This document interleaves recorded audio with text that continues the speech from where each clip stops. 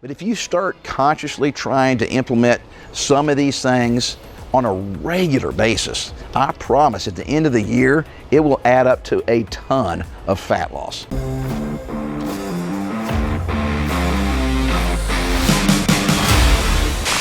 Hey guys, I'm Mark McKilley with Live Anabolic, and today I want to give you 5 quick ways to burn more calories every single day.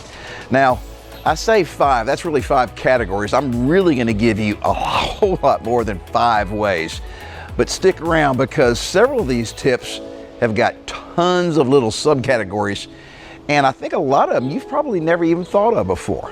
Okay, so first of all, these 5 little tips are things that you really ought to just kind of consciously try to work into your everyday routines, because none of them are going to make a big difference. But when you start doing lots of little things over months and months and then years, I mean, guys, trust me, it really adds up. I'll even try to do a little bit of math for you along the way so that we can figure out kind of roughly how much fat every year you can lose just by doing some tiny little things that would otherwise seem innocuous or not even worth your time. But the first thing is it's better to start with a professionally designed workout program. All right, so that's the most important thing, and that's not one of the tips, by the way, guys. So you know, watching what you eat is super critical, and then following a professionally designed workout program for guys our age is really the most important. But these other 5 tips I think you're going to find are just too easy to ignore. Okay, so first of all, this is an obvious one, but I don't think everybody's doing it. And that is, number 1, cut out all the sweetened soft drinks that you're eating, okay? And it doesn't have to be a can of Coke or Sprite or whatever. It could be sweet tea where you're adding sugar to it, okay? It could be coffee where you're adding a bunch of sugar to your coffee. Those kind of things just have a ton of calories. Same thing goes with fruit juices. A lot of fruit juices have a ton of sugar in them. So if you can just avoid those and instead replace them with water. Now guys, if you're like me, water is pretty boring, okay? So it doesn't taste bad, it just doesn't taste good, right? So if it doesn't taste good, then you just tend to just ignore it, okay? And that's why so many people, myself included, tend to let ourselves get dehydrated. And I don't mean like cottonmouth dehydrated, but I promise you, if you're not drinking probably a half a gallon to 3/4 gallon of water a day, you're dehydrated, okay? So guys, switch to water, make it cold water also, all right? Cold water actually takes more energy to heat up, and that energy that your body's using to heat up that water before it absorbs it, that requires calories. They've done studies up in the North Pole, and you know, the guys are out there breathing super cold air all day long, and of course just breathing cold air burns off a ton of calories because your body has to warm it up. Same thing goes with cold water. Now, the trick I use for myself, because water's kind of boring and hence I don't drink enough of it, I buy carbonated water. Just go to the grocery store, buy the cheapest stuff. It has to be sugar-free, okay? It's carbonated. A lot of times it's got some flavoring to it, and I just crave, okay? I crave carbonation. So because of that, I will fill that up. I'll take it and sit it over the computer, do my little stuff on Facebook, okay? And before I know it, even though I'm not thirsty, I'll look over and my glass is empty, all right? It's because it tastes good. So you're just constantly kind of unwittingly sipping on the water throughout the day. So that is a great way to cut out a ton of calories. Another tip for burning more fat every day is just try a supplement, okay? A pre-workout in this case is what I want you guys to try. Everybody's going to respond differently, okay? My body really responds great to pre-workouts, and I think we probably have the best in the market, and it's also designed specifically for us older guys. I mean, the pre-workout that we designed wasn't made necessarily for 20-year-olds or high school kids or something like that. It's designed for us. Click on the link below this video because it'll take you to our website where you can actually look at all the ingredients. It's called Anabolic ATP. It's phenomenal. I love this stuff. It's got 10 ingredients in it. I can't even remember the name of all the ingredients and what they do. That's why I tell you to go to our website, because you can look at the ingredients and then click on each ingredient and a little window will pop up and it'll tell you exactly what that ingredient is for why we put it in there. So guys, pre-workouts really help to kind of rev you up and get you more focused, okay? It helps boost your resting metabolic rate. That's another reason why I take it. And guys, it really does add up over time. It's not, if you just do it for a few weeks, no, you're not gonna see a big fat loss, okay? You do this so week after week, month after month, by the end of the year, you're gonna see yourself drop extra poundage simply because you're doing this on a consistent basis. All right, tip number 3 is a really weird one and super, super simple. Chew gum, all right? I like to chew gum when I'm heading out to the gym. I typically take my pre-workout, and as soon as I finish that, I'll pop a piece of sugarless gum. It's gotta be sugarless, guys. Remember, we gotta avoid the sugar. So the reason I do it for the gym is, once again, that kind of chewing motion, okay, with your jaw helps to make you feel real alert and awake. But also, chewing gum is really good for you guys that start to get the munchies in between meals. You get hungry. So that's a well-known trick that's been tried for years and years and years, and it works great for a lot of people. So get you some sugarless gum, okay? Anytime you start feeling hungry and you want to go over and start snacking, you know, raid the refrigerator, do whatever, just pop some gum in first. I promise, it's psychological, but it really will help you burn more fat, and it adds up over the course of an entire year. All right, guys, tip number 4 is real straightforward also. Move more, okay? So we live in such a sedentary society nowadays that it's just so common to find yourself sitting in front of the computer or your desk at the office or the couch in front of your TV for hours at a time. When you do that, your body's resting metabolic rate really slows down, and you start burning fewer calories hour after hour after hour when you do that. So how do you move more? That's just simple to say, right? But it's really easier to do when you just start thinking about all these little things. So first of all, the stairs. Guys, never take the elevator or the escalator when you can take the stairs. Now, if you live on the 30th floor of a high-rise, I'm not expecting you to walk 30 floors, but screw it. Walk 5 or 6 floors, then get out of the stairwell, then take the elevator up. When you're at a shopping mall, okay, and you see those escalators going up to the second, floor, take the stairs, all right? You need to find ways to avoid all these lazy luxuries, all right, that we have in our everyday lives that just aren't necessary. Wash your car, guys.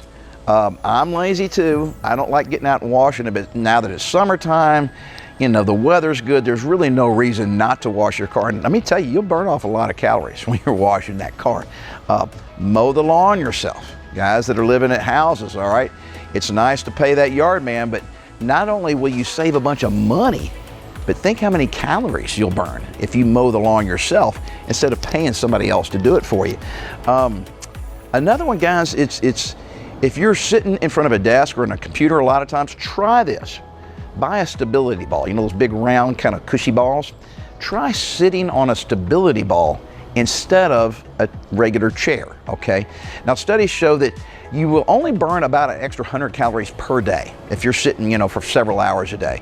So 100 calories per day, that really isn't much, all right? You can't measure that in terms of fat, but you do that over the course of a full year, you're talking about, that adds up to about 30 to 35,000 extra calories. Well, 1 pound of fat is 3,500 calories. So you could easily burn an extra 7, 8, 9 pounds of fat over the course of an entire year if you're just sitting on a stability ball instead of in a nice comfy chair. Another thing is, guys, you guys that are road warriors, that you're at the airports, you're flying all over the place all the time. I used to do that a long, long time ago. Well, you always have hours sitting around at the airport doing nothing, right? You're just sitting there reading a book, waiting for your delayed flight. Walk. Golly, you can walk miles at the airport, killing time and burning off a lot of calories. And don't jump on that tram to take you from one gate to the next or from one terminal to the next, especially if you got 2 or 3 hours to kill in between flights. just walk. I know it's a long way, but man, it's kind of fun. It's kind of interesting, all right? And it's air conditioned, so you're not gonna be sweating your ass off, okay? So, and then the other thing is, instead of pulling your luggage on the wheels, pick it up. Carry that stuff. It's like a farmer's carry, all right? So you'll burn a lot of calories if you're actually lifting and carrying your luggage when you're walking all over the airport. And then guys, one more thing I want to talk about with this kind of moving thing is there's been some studies. It's called the 60-60 rule. And it basically, it says if you sit down and rest for about an hour at a time, your body starts to adjust, your metabolism starts to slow down. And then when it slows down, of course, you're burning fewer calories. So remember guys, we're burning calories all the time. While I'm sitting here talking to you, I'm burning calories. That's my resting metabolic rate. Well, the study said if you get up and move at least 6 minutes out of each hour, that's the 60-60 rule, or 6-60 rule. So 6 minutes out of every 60 minutes, if you get up and kind of move, then your body's resting metabolic rate won't drop down. It'll stay a little bit higher, which means you'll be burning more calories all the time throughout the day. So, you know, every 20-30 minutes, get up and walk around, do something. Even if you're just standing, okay, that is different from sitting down and letting your metabolic rate really slow down. And man, that's gonna kill you. Another simple one is, you know, I got a dog and I take him on a walk every single night. Well, you guys probably do that too. You're good dog owners, right? Well, go on 2 walks a day instead of 1. So there's tons of these little tiny things you can do. Same thing when it goes with your parking. Guys, I love this one, it's my favorite. I will go to the gym and I will just kind of stand there and watch. And I'll watch people drive around this big giant parking lot over and over and over, circling, looking for a place real close to the front door of the gym. There's tons of places, you know, tons of parking places available, but they're 100 yards away. They just don't want to walk 100 yards back and forth. God, you're going to the gym to exercise, but you want to park real close to the front door so you don't have to walk. That is hilarious, crazy. I'm just trying to think of some other things like that that just drive me crazy. So anyway, moving is the key. And it doesn't have to be high intensity stuff. It doesn't have to be running or jogging. It's just standing and moving. Don't be sitting all day long. All right, so the 5th tip, guys, is just eating more protein. So we got protein, carbs, and fats, all right? There's something called the thermic effect of food, of eating your food. So when you eat food, your body actually has to digest it. And that digesting process actually takes calories. And protein takes far more calories to digest than either fats or carbs. So guys, when you eat 100 calories of protein, let's say, your body takes about 20 to 30% of those calories to digest the protein that you just ate.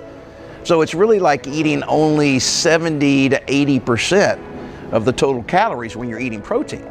Now, when you're eating carbs, if you eat 100 calories of carbs, your body will use between 5 and 10% of those 100 calories to digest those carbs. So that way, that means you're really eating between 90 and 95% of the calories. So you're eating almost 100% when you're eating carbs because your body doesn't require much energy to digest those carbs. And of course, fat's the worst. So fat takes almost no calories to digest. So when you eat 100 calories of fat, you pretty much absorb 100 calories, okay? So guys, if you can eat more protein and eat fewer carbs and fats, then not only do you feel more satiated because protein makes you feel full, and part of that reason is because it takes a long time to digest. But in addition to that, you're actually burning calories digesting the food that you just ate. I mean, that's a win-win if there ever was one. And then finally, guys, these are lots of little tiny things, all right? You don't have to do them all.